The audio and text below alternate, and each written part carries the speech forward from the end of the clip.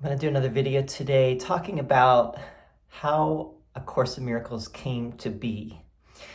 I'm just going to relate a very interesting set of stories today. I want to begin with just talking about Helen Schuckman. She was the scribe of A Course in Miracles. And it's important to call her a scribe versus a channeler. She did not channel A Course in Miracles. A channeled writing is different than a scribed writing. A scribed writing is essentially some kind of inspiration that's other than like being taken over. For example, Edgar Cayce is a classic example. He was the sleeping prophet. He would go into trance states. He was not there, and he would give information from these trance states that were written down.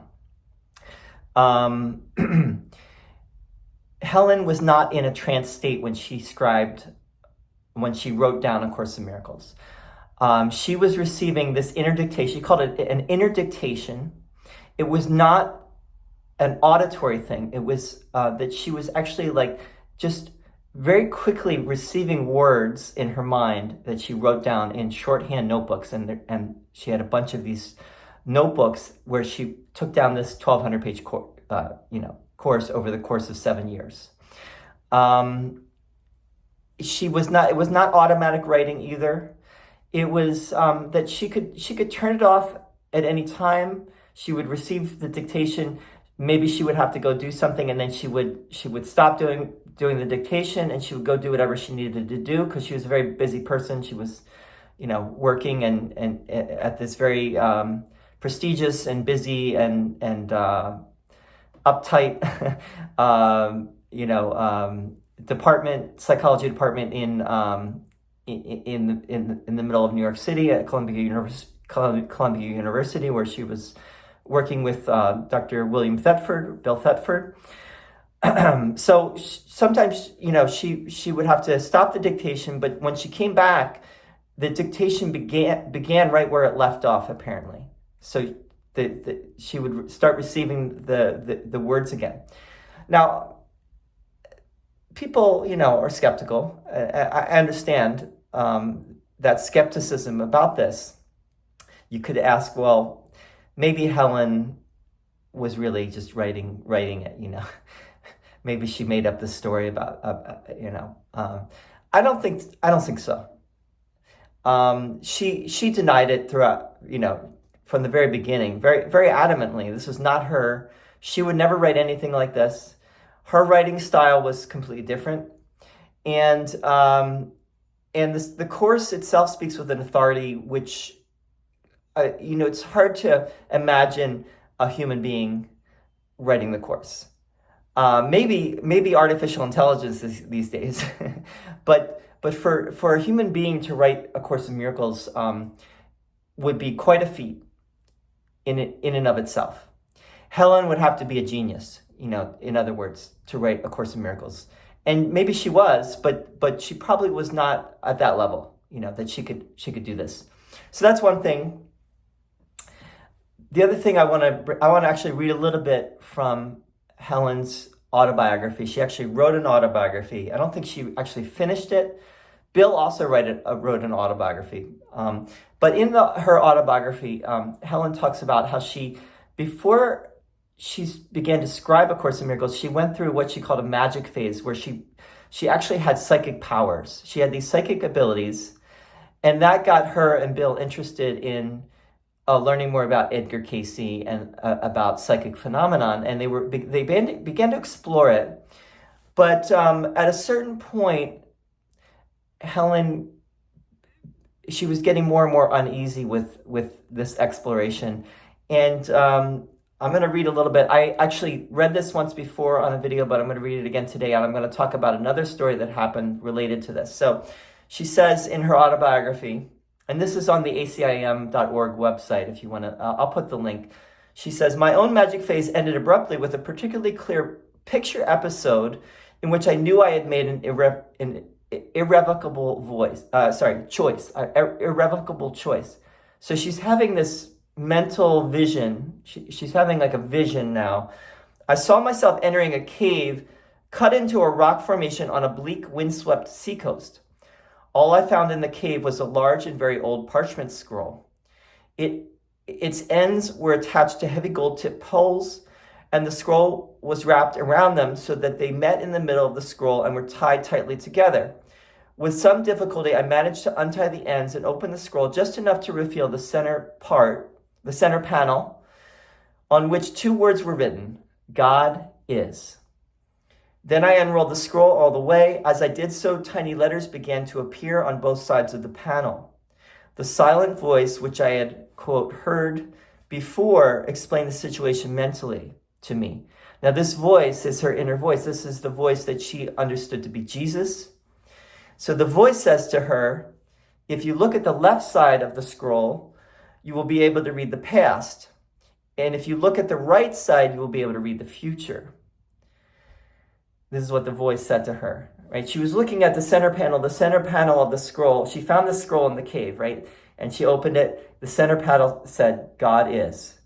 And the voice said, well, you could open it to the left. You would be able to know all of the past. You could open it to the right. You would be able to know all of the future.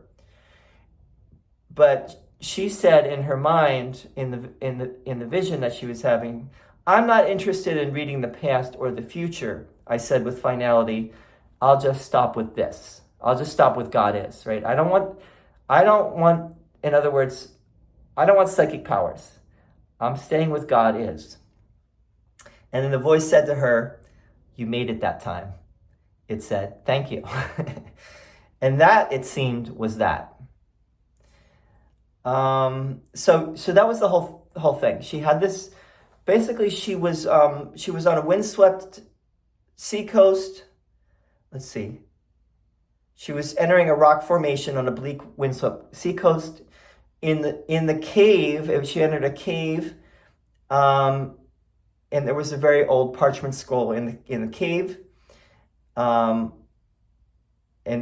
it was attached to gold-tipped poles. She opened it to the middle. She saw God is.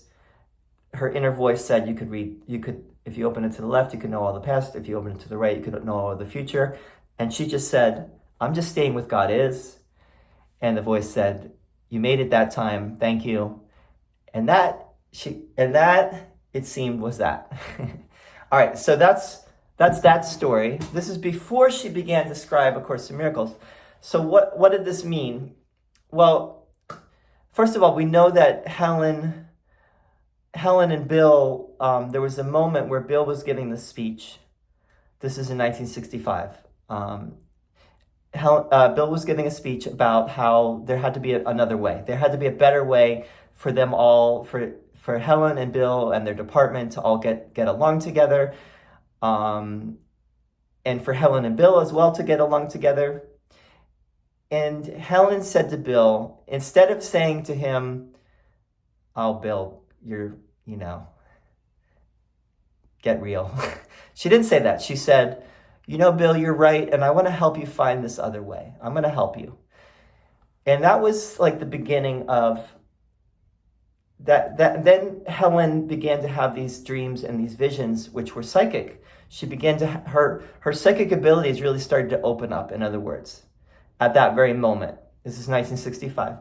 And it ended with that vision, right? That vision basically was the end of those psychic powers coming into being and manifesting in that way. And not too long after, she began to scribe A Course in Miracles. She began to get the inner dictation. She began to scribe it. And 7 years later, by 1972, the work was finished. She was done the scribing process. In 1973, this young guy, who was about 31 years old, came on board. His name was Dr. Ken Wapnick. He had earned his PhD in psychology. He was a psychologist as well, but he had also gone through this process where he developed this relationship with Jesus, and he wanted to become a monk for the rest of his life. And he was gonna move to Israel. Right before he went to Israel, he met Helen and Bill, and they told him that Helen had this book. And Ken went to Israel. He checked out the monastery there. He felt very, very much at home there. But there was still, he actually was having these dreams about the book. He didn't even look at what Helen's book was, but he was having dreams about the book. And he was like, well, I need to go back one more time. I need to, among other things, he needed to see this book. He needed to see Helen's book. So he went back, and Helen showed him her book, but she actually only showed him "For They Have Come," the section called "For They Have Come," and the last section of the text, "For They Have Come" is in the text, and then the last section is called "Choose Once Again." These were the sections that Helen was the most proud of. She really liked these sections, and Ken also, he was really impressed, and he decided that I need to stay and I need to be, I need to somehow be part of this work. And Helen really liked him. Bill liked him as well. And so he stayed, but he ended up going back to Israel. And then Helen and Bill actually went to Israel as well. This is in 1973. So I just want to tell you a little bit, one story which relates to Helen's vision that I had just told you about. So this is the story. I'm going to read it this is in Ken's book called "Absence from Felicity." And this is a book he wrote after Helen passed. I believe it was 81 that she passed, 81 or 83, probably 81. He wrote a biography basically of her life, and he included in it stories and also some of the letters that she had written to him. It also includes some versions of the course that got left out, some things that were in the course that got left out. It's a very interesting book. So this is on page 343, and it's the name of this section is called "Summer 1973, The Cave." Okay, and so this is Ken talking. "At one point during our Jerusalem stay, Bill became insistent that we visit Qumran outside Jericho, the place where the Dead Sea Scrolls were found." I also visited this when I was in Israel back in the early 90s. So I was actually probably right around this time that Ken was writing this book or about to publish this book. I was in Israel myself. So they visited Qumran. This is where the Dead Sea Scrolls had been discovered. They had been buried in the caves immediately adjacent to the home of the Essene community. A few months earlier, I had driven with some friends past the site, and the decision to stop there was left to me, but I did not feel we should stop. Perhaps some other time I would go there, I thought to myself, but not then. The, quote, "other time," unquote, had now obviously come, and so we all went to Qumran. The result was totally unexpected, and as with the Mayo Clinic episode years before, appropriately recalled by Bill over the summer, okay, that's another story for another time, the strange events of the summer finally received their explanation, as I shall now relate. Almost from the moment we arrived at Qumran, Helen was visibly moved. So this is Helen, Bill, and Ken at the Qumran site where the Dead Sea Scrolls had been found and where the Essene community had been 2,000 years before. This is, actually even before 2,000 years, this is, the Dead Sea Scrolls were dated, I believe, 200 years before Christ. And they're very interesting documents in light of what happened with Christianity. So if you're studying Christianity and early Christianity, you really have to take into account the Essenes and the Dead Sea Scrolls. But that's another thing for another time. All right, so almost from the moment we arrived at Qumran, Helen was visibly moved, most uncharacteristic of her. As we stood on the site of the ancient community, we looked across the roped-off area to a series of caves, including the one where the scrolls were found in cylinders, not unlike what Bill thought might be in, quote, "my cave." Now, just some explanation. The monastery that Ken was going to stay at, there were caves there as well. And Helen and Bill had thought that maybe Ken was going to find something in those caves.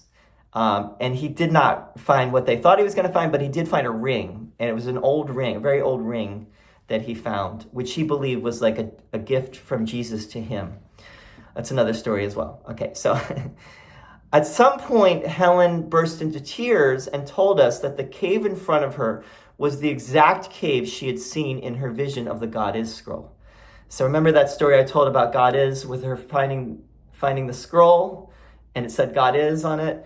So the cave in that vision where she found the scroll was the exact cave that now they were looking at in Israel at the Qumran site, okay?